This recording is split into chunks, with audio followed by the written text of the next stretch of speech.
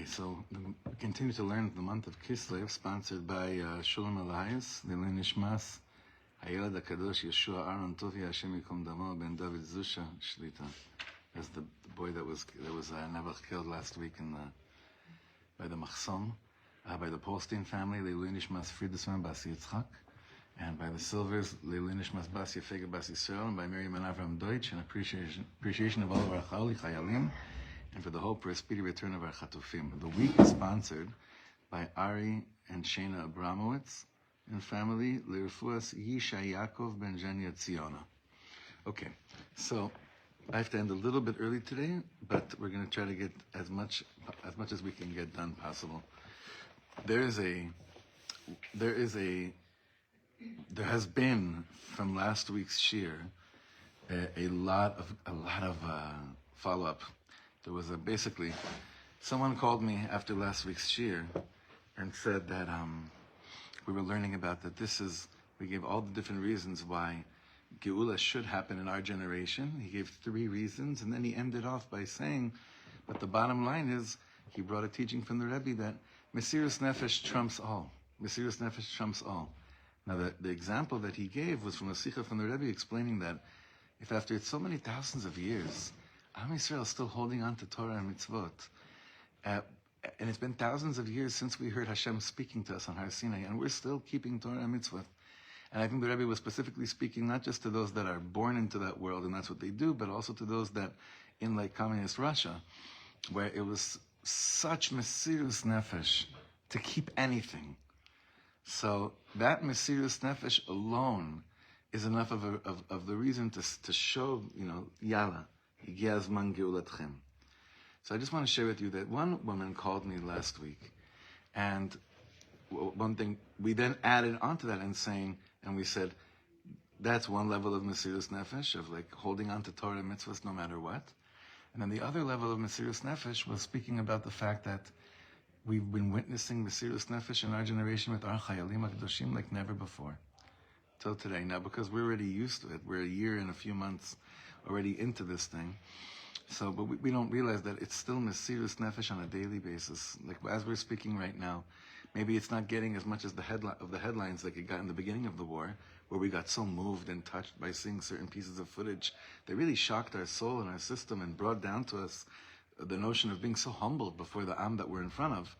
That's still happening on a daily basis, but like everything in life, when it becomes the norm and routine, it has less of that feeling that we have, that special feeling that we have.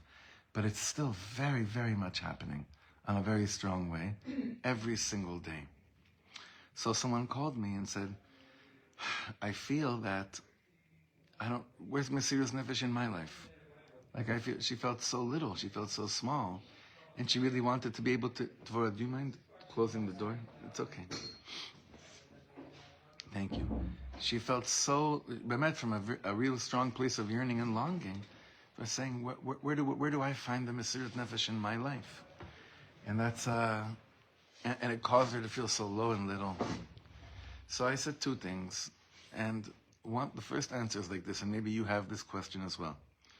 Think like this, is that any time that the Yetzer Hara and the other side, the dark forces of the world, see that a Jew has a legitimate reason to feel low, in their eyes, they'll pound you. It'll try to schlep you there stronger and stronger to make you feel little, to make you feel irrelevant. And it's a simon that you have to run away from those thoughts immediately. You'll get to a certain understanding of what you should be doing, yes, but those thoughts, those horrible thoughts about yourself and making yourself feel low, that's aleph, you have to call it out and run away from it. En malasot, it's just the way it is. But the second level is a Mesirus Nefesh that I've been thinking about all week. And that's different for each and every person. I can make everyone feel good and find the kudas of Mesirus Nefesh in your life and hope, make you harp on them and feel strong about them and get you strong about it. But in general, today, the ability to have Mesirus Nefesh for trying to get all of Am Yisrael to come home should be stronger like never before. I don't know about you. I guess I was naive. I am naive. The same thing happened to me after Corona, where I was under the impression that we would come out of Corona and we would come back to having the privilege of being in shul, and the experience of being in shul again would just be this completely different experience, and one where there's just such a we tasted what we didn't have, which is the ability to be together and daven in a makom kadosh, and then we had it again, and that would be like we would treat it completely differently. And maybe it was like that the first Shabbos when we were able to daven together. Maybe the second one as well. Didn't last so long. I'll share with you something. This is pretty wild. I have a whole book that I wrote. Basically, I didn't write it. I gave a series of shiurim based on the following notion of, it was like 4 years ago, and I gave a series on Zoom on the Bnei Machshava Tova, on the Piasetzner Rebbe's, what's it called? There's a great title for it in English, Conscious Community, where the Piasetzner Rebbe writes what it would take to really be part of some type of conscious community that really wants to look at the world differently, live a little bit above the rest of the world, the way the world looks at the world. And I had a whole team, and we planned that by the time Corona is going to be over, this book will be ready, where it's describing how you build together a society that you could only dream of. And it'll be perfect timing, because then everyone's going to want to know how to come back to shul and how to recongregate. So I gave, I think, 13 or 14 classes on this, but specifically geared towards chapters. And I had someone write up all the shooting, a writer, write it up and really put it together. But by the time that the Corona was whatever, never really started, or however you want to call it, it didn't seem like that was the calling of the door. It's still a nice sefer. I just haven't published it. It's finished. It was finished 4 years ago. But I really thought that this was going to be exactly what everyone was going to be looking for. And we see that's not the situation. That's not the case. So too in the beginning of this period where we had this sense of Am Yisrael in a different light, like experiencing things we never did before, knowing deep down in our hearts that the only place for us is really here, you were under the assumption that it would be such a clear calling of saying, if it's not now, for some kind of mass movement towards coming home, when would it be?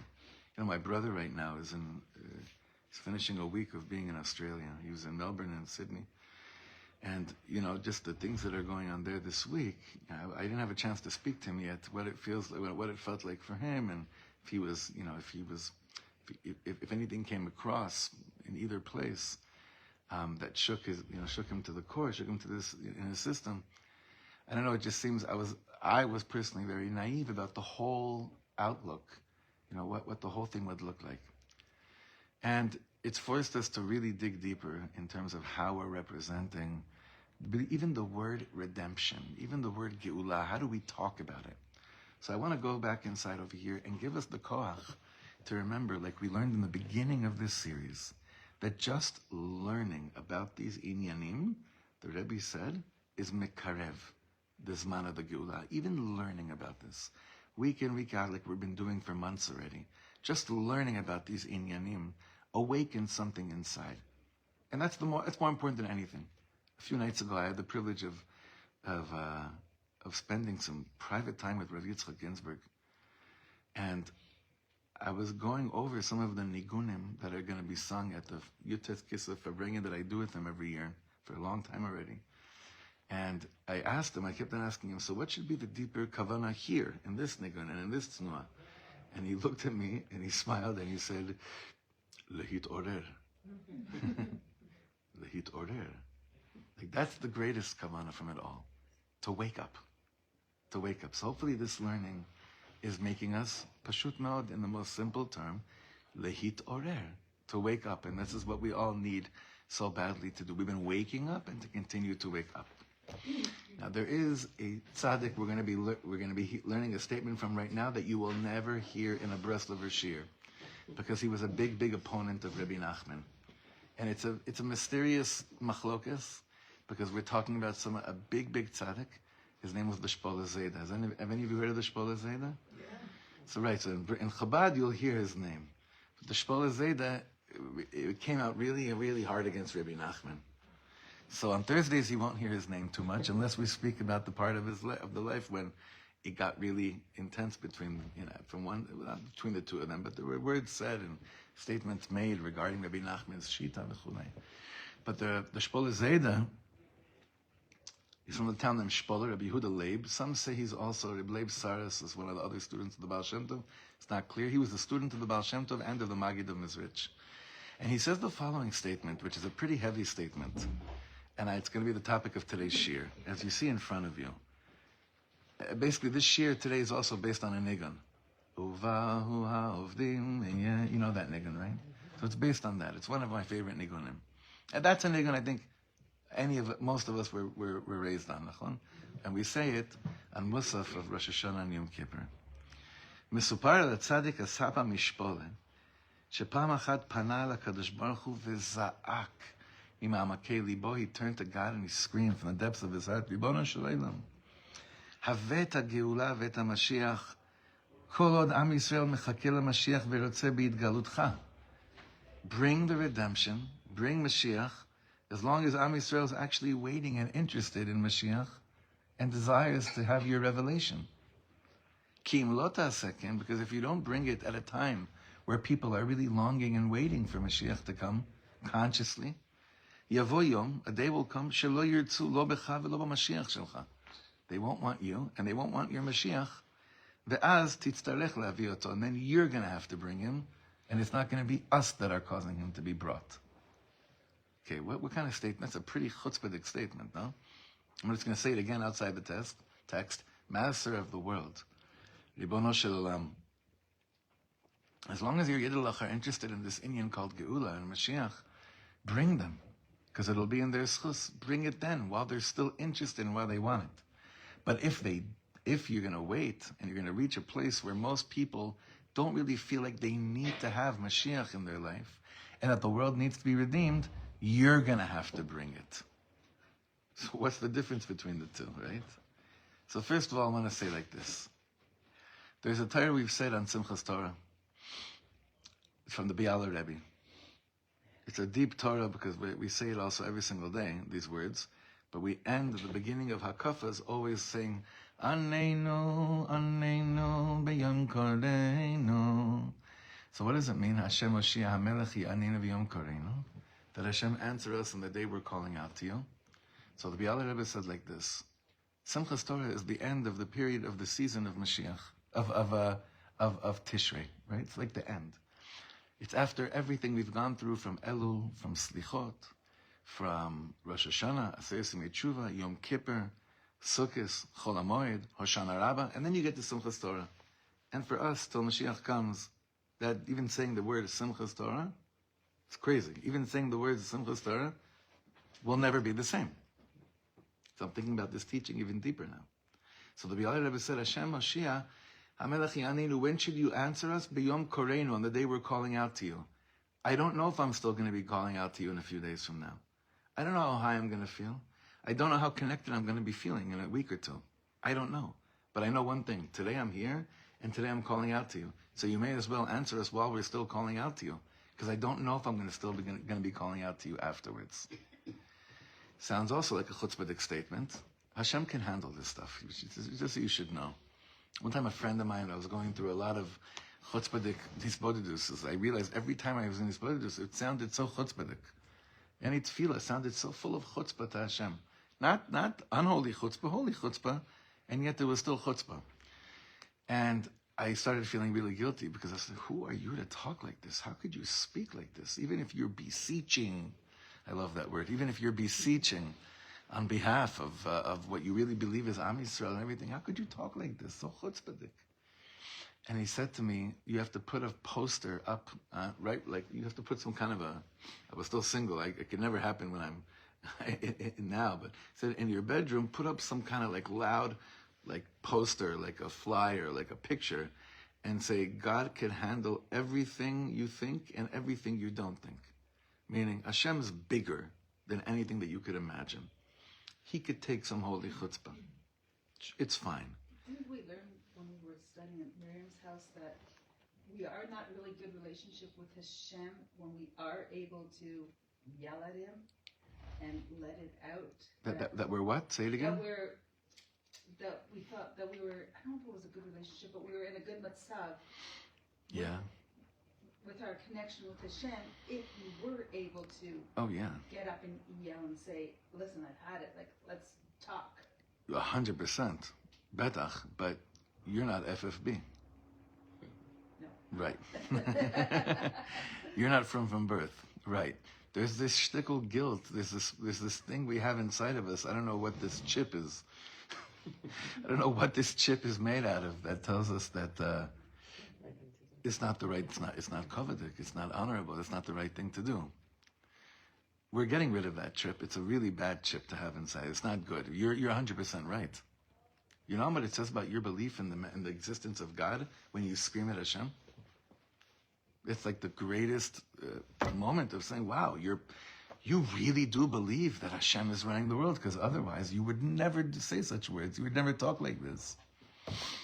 So yes, so the Shpola Zayda really believed in Hashem. Because to say such a statement like he said right now is very powerful. What is he saying? Ribono Shel Olam, you want us to be the ones that bring it down to the world. If it was up to you, you could do it like this. But this whole game that you have called this world, free will, Bchira Chofshit, is only placed so that it can be us that are partnering in bringing down the highest. But Ribono Shel Olam, who knows what's going to be? Who knows if people are going to even activate that part of them in the future if this concealment keeps on going on? So he said this statement about 250 years ago. Now I don't know who he was. I guess in his time he felt like people here are still waiting for you and wanting you. So today, when we look around, are people okay with Mashiach not coming? What do you think? Well, there's a percentage of the population should. Yeah, I think people just say it, but they would be scared and really change their lives a lot. So the answer is? I'm not sure. I think the same people that are, we see this every week with all these seminary girls we have on her. I think the same people that are just comfortable living in America and continuing this pathetic lifestyle are also totally comfortable about Mashiach coming. They don't think about it. Wait, I want you to change one word in the sentence. Pathetic? No. Change one word in the sentence you said. Let's see if you can figure out what it is. Say it again. Living in America? Yeah, change. There's a word over there in living in America. Yeah. Change one word in that sentence, in that phrase. Living in Israel. Living in Israel. Yeah. Now say. Those pathetic people living in Israel? Well, I would, if we're already going with changing something, I would take the word pathetic. I'm saying America is on a certain level, be'emet, part of a huge part of what we've been learning is speaking about and living in Israel alone is enough. I mean, it's a huge thing, but let's just talk about people living in Eretz Yisrael for 1 second, but I don't want to harp on this too much. Do you think that with all the population that lives in Eretz Yisrael, that the majority is okay with Mashiach not coming? I think it's shifting. Big time. Let's talk about till right now, till this moment. So even It's a lack of awareness. It's no one's fault even, because what we're trying to do is become aware of what it means to live with Mashiach. So how could someone really not be okay with Mashiach not coming if they themselves, if us ourselves, don't even understand what that even looks like and what that means? We have to be okay in our daily lives. It's been so long. We have to somehow just be okay with it. So on the one hand, we have to be okay to be able to function as healthy people for our families, for our friends, for our community. And on the other part of us has to be completely broken. Completely desperate. That's the word. I think the Desperate. people there are more desperate than the people in Chutz Haaretz, even the ones that don't even know. I don't know. I don't want to go into comparisons. I just think that also here, the level of desperation has definitely, Zahava, like you said, it's gone up tremendously. But we're talking about I think that because of the situation, I don't think people even think about what it would be like when Mashiach comes. Like we'll find that out when we get there. Right. We're fighting so hard to get there right now. Right And now I think it's that as a nation, I think the majority are moving in that direction right now. I mean, you're always gonna have those who don't. Right, and we're leaving a chunk of it to say, Mashiach will come, we'll figure it out. Right. One time a friend of mine, he passed away this year, he said to me, Shlomo, I just want to say three things. Mashiach can be a Kohen, he can come on Shabbos, and he can be a woman. So I said, what? But you know that those three things actually don't stem with what Chazal say. He's like, let Mashiach come and explain how it works. So, there is listen, Eliyahu Navi is going to have to come and give a lot of tshuvas, a lot of explanations for a lot of different things. But even longing to have the awareness of what it means still needs to be amplified, which is why we even started this year. Even trying to understand, what does that mean? What does that look like? What am I davening for when I'm saying I believe in the coming of Mashiach? And like the Rebbe said, the more that you learn this, the more that you spend time in this, the more that it actually does come closer. That's one of the ways that he said to us like this. So my point is just saying that even though people just move to Eretz Yisrael, and trust me, I'm a pretty big supporter of people moving to Eretz Yisrael. Very strong, and I share it as much as I can. It's the kind of Eretz Yisrael, that lifestyle that we're trying to lift up, to lift up our experience of being here, which is what, I believe the avoda of us, and that's Mesirus Nefesh, by the way. That's real Mesirus Nefesh, big time. You have to print the book. Huh? You need to print the book. Which one? The one that you wrote. No, that one was about This is about building community. Developing No, I community. should. You're right. It's this great woman in Tkoa, Debbie. She wrote the whole thing for me. And it's like all there. And I just have to, and then I got so downhearted from realizing this may sell like 20 copies.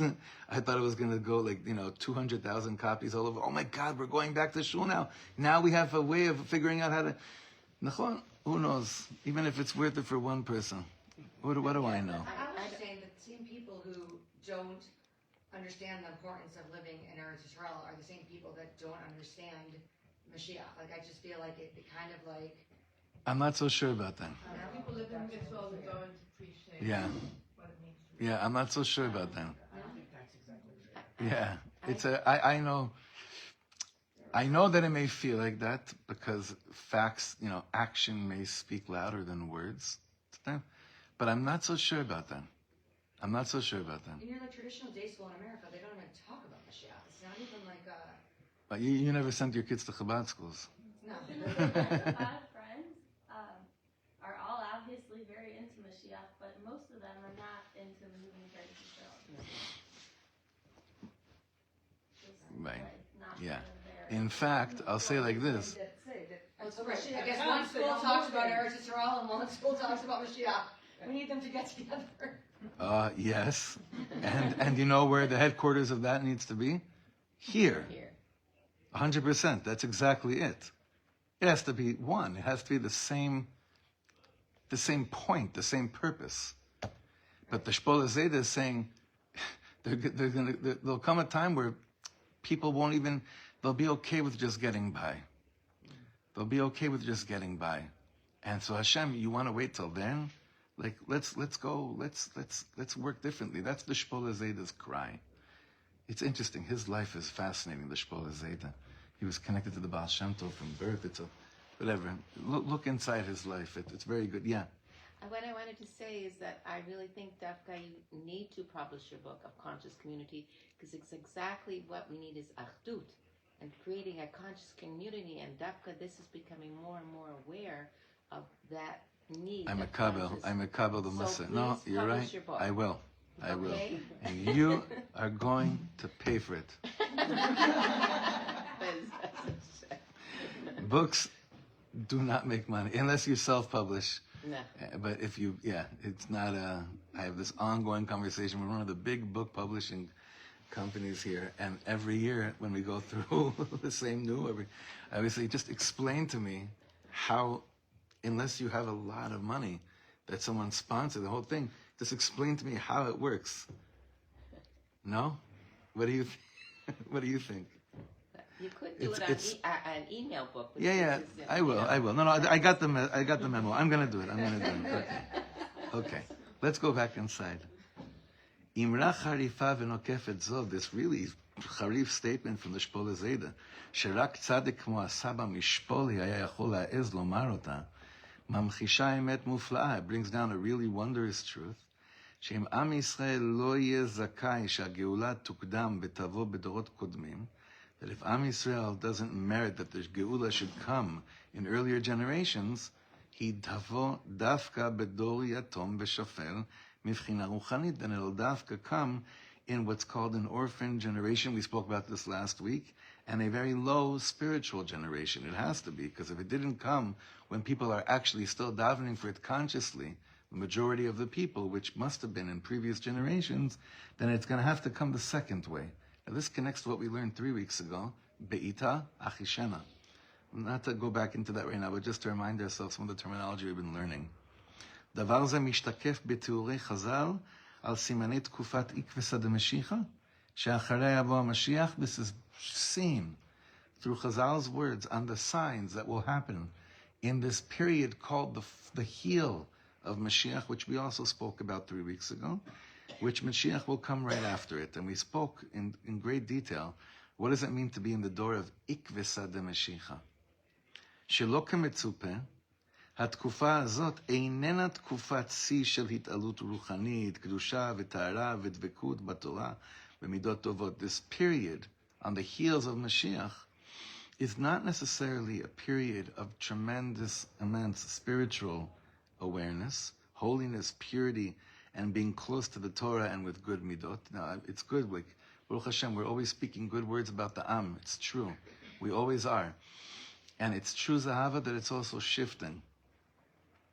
But we don't have the right to wait until we get until we ourselves purify ourselves and get everyone to be conscious and aware, and then say, okay, now we're going to start davening for Mashiach. We have to do it already now. Everybody's son put out a track to artist because we got to listen to Yeah. it. And he said that only when Yaakov got into Israel, then did he get rid of Elokein Echar. Like, that whole idea of us getting things ready before, it's a wrong right. mindset. נכון. Like here also. Here, 100%, נכון. זו דווקא תקופת שפל שלא הייתה כמותה, הן מבחינה מוסרית, הן מבחינת יהודית תורנית. I know we get excited whenever we see like guys, like there's this guy, I think his name is Yossi Farrow. Have any of you followed him online, this guy? He basically is determined to get every male, Jewish male, to put on tefillin. He's one of these young, like real, excited Lubavitchers, and he's actually doing it. He's like, it's really special. And we blow our minds over the fact that we see 1, 2, 3, 4. Like, for instance, the vice president of the Miami Heat, the NBA basketball team, is a Yid. He put on tefillin twice last week, and that did more simcha to like the Miami Jewish community than like probably like 50 years of learning. It's just the way it is. But in the bigger picture, in terms of like where we are, like Batumana Klalit, more Jews are still not really holding in basics of Emunah and keeping Torah and mitzvahs. But we get excited over the small stuff, but it's okay. But let's be kind of realistic. In the bigger picture, it's still not like that. Here to in Eretz Yisrael, in the bigger picture, I don't know percentages, more believing, not believing, keeping, not keeping. But he's saying over here that we have entered a door, like he says in the second to bottom line, door shel chutzpah, door shel merida b'masoret ha'avot. It's a generation of rebelling against tradition. Shel yiridat keren haTorah ve'lomdea, and that the Torah's spotlight of being essential and the headquarters in every Jewish home is not really the way it is anymore. U'benisuach hatamtzitzi hayadua, and like there's a statement in Chazal, pnei ador kepnei hakelev. The face of the generation is like the face of a dog. Now that's usually attributed to leaders, by the way. When we talk about the leadership that we have of the Jewish people and we look at it, we say quite often, Pnei Ador ke Pnei HaKelev. I don't want to get into that right now. But remember the nigun we started singing before. I don't know if you know what these words mean. Uvahu ha'ovdim. What is ovdim? Those that are lost from Eretz Ashur. Ve'hanidachim and nidach. Those that feel rejected, me'eretz Mitzrayim. Uvahu ha'ovdim me'eretz Ashur. Ve'anidachim me'eretz Mitzrayim, those that feel lost and those that feel rejected are going to come from all those different areas in the world. And where do they come to? V'ishtachavu la'Hashem be'ar HaKodesh b'Yerushalayim. But there's a pasuk that precedes that right before. It says, V'haya bayom ha'u yitaka b'shofar gadol. There's going to be a great shofar being blown. There'll be a great trumpet in the air. That trumpet, that blowing of the shofar, will be gathering all those that feel lost and all those that feel rejected. So there's a lot of Torah on this that we could say about this. You don't want to wait until the great shofar calls. You yourself have to be a shofar. You have to be a shofar. You have to, whatever that means, you have to blow that great trumpet and make space for anyone that feels lost or rejected to come back and say, there's place for you at this tish. That's our Mesirus Nefesh. That's what we have to be doing. Any of us, that's why the Rebbe said, if you know Aleph, go teach Aleph. Take your Aleph, make it into a shofar, bring someone in.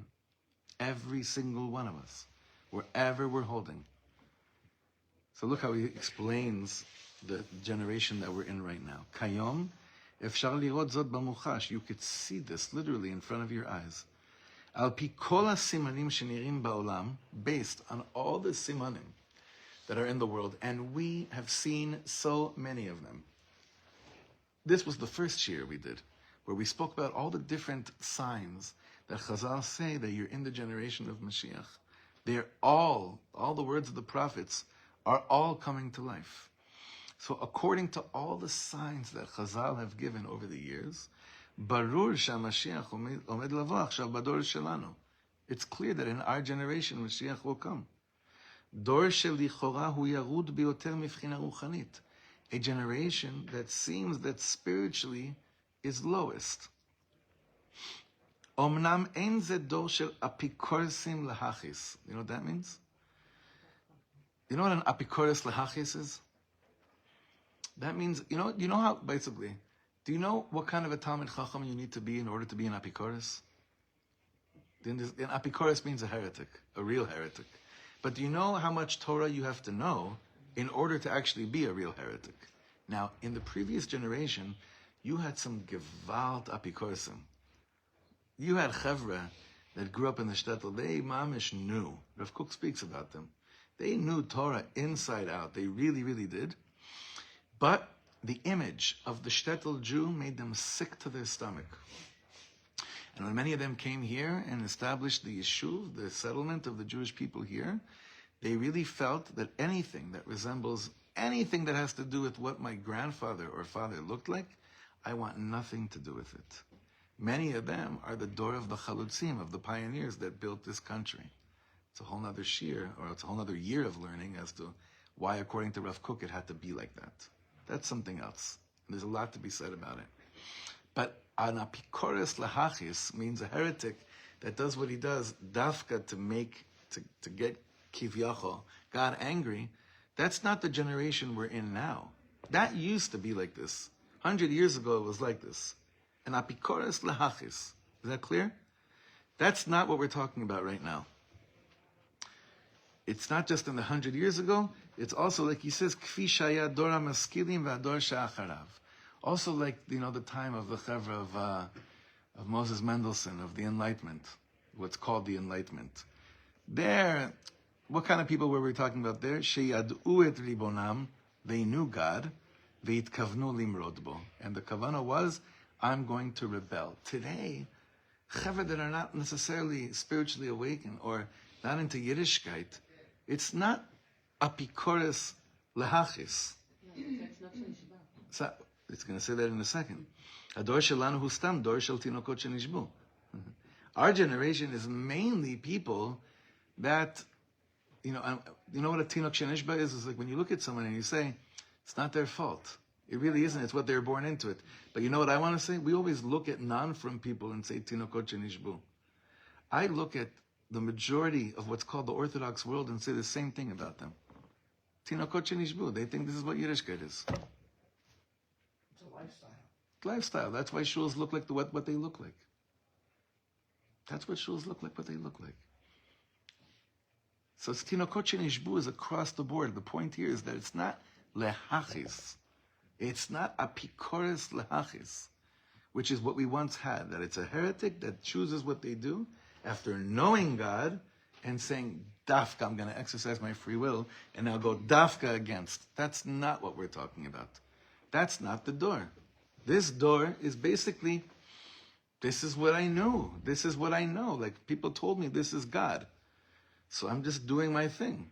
Spiritually speaking, it's one of the most shallow generations that ever existed. But we're not just speaking about people that are outside the machane. That's what I want to say. It's also inside the machane, inside the camp. אבל בפועל מדובר בדור עזוב שנתרחק מצור מחצבתו. It's a generation that has actually been really far from what we really are made of. You know what we're made of? We're made of the most conscious and aware DNA that exists in the world. Like, who we really are is a people that knows there is one God and sees one God in every other creation. That is actually who we really are. That's in the emes. If we want to know if we feel frum or religious, it would be based much more on, do I see godliness in other people? Do I recognize Hashem wherever I am in the world? Much more than the answering the questions of kashrus and shmiras Shabbos and all those other things, which of course are essential. But that's not really what defines a person's sense of being close to their roots. In Yiddishkeit, be'emet al pi Chassidus, really, this is really so. The awareness and the consciousness of how much God fills the whole world, and I'm part of it, is really what we're really made out of. That's not the world most of us are born into. In fact, that's not the language in most of the homes we were born into, religious or not religious. It's just not part of the language. So what for many years, what did Chevra have to do when they felt this buzz in their heart, in order to feel aligned with what they're feeling? Where did they have to travel to feel normal? India. Because there, that's actually how they speak. Not the whole, not everyone, but obviously that language is much more the common language of the area there. And over there, you get a sense of feeling aligned. And oh wait, this stems with my soul. This is so real. This sounds so right. Now there's a reason for that too, is that after the Holocaust, we weren't able to speak such words of consciousness and closeness because we felt far from Hashem. There was a lot of anger. I hope the anger was dissipating, the anger was going away. I hope and pray that, like, even though what happened on Simchas Torah last year, that the majority of the anger towards Hashem is removed. It's not about anger to Hashem. It's really a crying and a longing to just feel aware and conscious of who I really am, what we're really made out of. But many people that feel this, and they don't find it in Yiddishkeit, so what do they feel? Lost and rejected. Ovdim v'nidachim. And when the great trumpet's going to be blown, uvau ha'ovdim v'anidachim, all those that felt so connected but couldn't find it in Yiddishkeit, there's going to be a great trumpet and they're going to come home. They're going to feel home again. But we want to create the sound of that shofar before Melech Hamashiach blows that shofar. We want to do that now. That's what we want to do. כשמשיח בא היום ומקבץ את כל נדחי ישראל, רוב היהודים שיאסוף מקצוות תבל יהיו בגדר עובדים ונידחים. ודווקא בדור כזה בא המשיח. It's dafka in this type of generation that Mashiach comes, when there's so much sense of feeling lost, not shayach, not part of it. אין הדבר צריך להפתיע אותנו, this shouldn't surprise us, שהרי כך נאמר במפורש בפסוק, והיה ביום ההוא ייתקע בשופר גדול, ובאו העובדים בארץ אשור והנידחים בארץ מצרים, והשתחוו להשם בהר הקודש בירושלים, הרי שזה עניינו של המשיח. This is what Mashiach's all about. שהוא מופיע דווקא במציאות שבה המוני יהודים הם בבחינת עובדים ונידחים, והוא מקבץ אותם ומביאם להשתחוות להשם.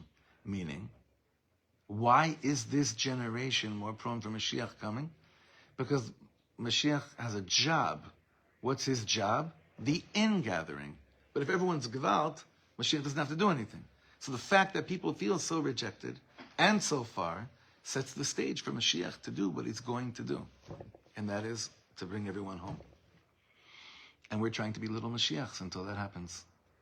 We're not waiting. Like Zahava, you said it so chazak from Rav Sasson. We're not waiting.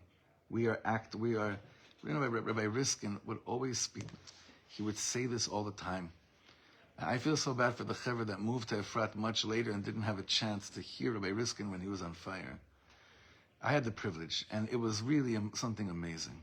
And what Rav Riskin always spoke about, even though these were lines he repeated all the time, and you knew almost exactly what he was going to say in a lot of the drushes and speeches, you still got excited when he would say it. It's kind of like reading the Parsha, where you know it's like, like Parshas Vayeshev this week. Is anyone going to be shocked and excited when they hear that, the brothers threw Yosef into the pit? Yes, you actually do still get a little, there still is something. So Rav Riskin would always speak about moving here is basically the difference between being a footnote or being a chapter head of the story of the Jewish people. We want to be heads of chapter. We don't want to be footnotes in the story. Whenever I can't tell you how many times, has anyone else heard that? You never heard it, Dahlia? No. You never heard him say that? He would say that all the time. All the time. We want to be that. We have a lot of work to do, but we want to be that.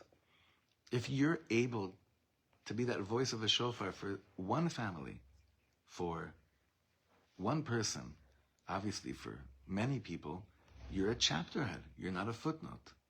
If you're able to be a shofar in your life, you're part of, I don't want to say I will say you're helping Mashiach. You're not doing work for him, but you're helping Mashiach. Now, this is just the last paragraph. Muvan she'en ze mikri. Sorry, I have to stop here, but I'm just going to tell you really quickly what he just says here. The Maharal basically says that there's two ways of growth for things to resprout again, and one of them is that you continue working on what was, but sometimes in order to really get things good again, you got to mow the lawn. You got to mow the lawn completely. Unfortunately, in our generation, we've seen the lawn being completely mowed and starting from scratch. That happened physically in 1946, 1947, 1948, and Vahala. Spiritually, though, that's where we're at. Spiritually, I believe like this, after Simchas Torah, the way we relate to things spiritually has got to be in a level that is not reminiscent of anything that was before. Hirsch's father, Hirsch Goldberg's father, John, his name is? John. At the funeral, he said something that's become, I've seen this as stickers and posters, that someone told him this. I don't think it was his statement, but he said, Yehi zichro mahapecha. Did you see him say that? It struck a chord. May his memory be a revolution. That's a very deep statement. In order for something to be a revolution, it means it has to be something completely new, like never before. So you could take it to anywhere you want it. You could say, our love for each other has to be like never before, which is true. You could say, like us really recognizing that we're basically, we invited into the heart of Eretz Yisrael so many Amalekites that need to be destroyed, and we have to destroy them like never before. And that goes hand in hand with Ahavat Yisrael. Like if I really love Am Yisrael, I really remove the clear and present dangers. I want to say the way you speak to Hashem can't be reminiscent at all of what it was before Simchas Torah. And the Maharal says that basically those types of new sprouting, it's a completely new bria, is what we're speaking about in this door that's ready to greet Mashiach Tzidkenu. As much as we may be standing on shoulders of giants, us as dwarfs, like we said last time, the way we speak to Hashem, we have to ask ourselves in this last year, has it changed? Not am I doing more mitzvahs? Because I think we are. I think the amount of chesed we've been involved with since then, lo yuman, not to be believed. Those are all true. But there has to be a mahapecha, a revolution, in the most intimate place of my awareness of God. in my awareness of the godly soul that I have. And that's why the whole revolution here is a spiritual revolution. That only this door that we're in right now, that Baruch Hashem may feel lost and rejected because they don't see it by anywhere else. We won't compromise on anything less than the shofar of Mashiach. So as much as that seems desperate, that's a beautiful thing actually. That's a great prep. That's why we can understand what the generation is that we're living in. So I bless you all to feel mamish horrible and desperate. Not horrible. I bless you to feel desperate. And I bless you to realize that if you're feeling lost and you're feeling rejected, because meaning that you can't really, you have something burning inside of you, but it doesn't seem like, everyone else is on the same page, start a conversation with someone. You'll actually realize that you're on much more of the same page than more people than you realize. That's the generation of Mashiach. That's all the simanim we've learned shows that this is the door, this is the generation. It takes vulnerability, a lot of it, which actually goes back to the mussar you gave me before about printing the sefer, because that's actually a big chunk of creating a conscious community, is very much dependent on the level of vulnerability that people are willing to go to when they're growing together in Avodat Hashem. I just give us the koach to be able to go weiter and to go to these places, Bezrat Hashem, and witness a week of Geula. Okay, Yeshua koach, thank you for coming.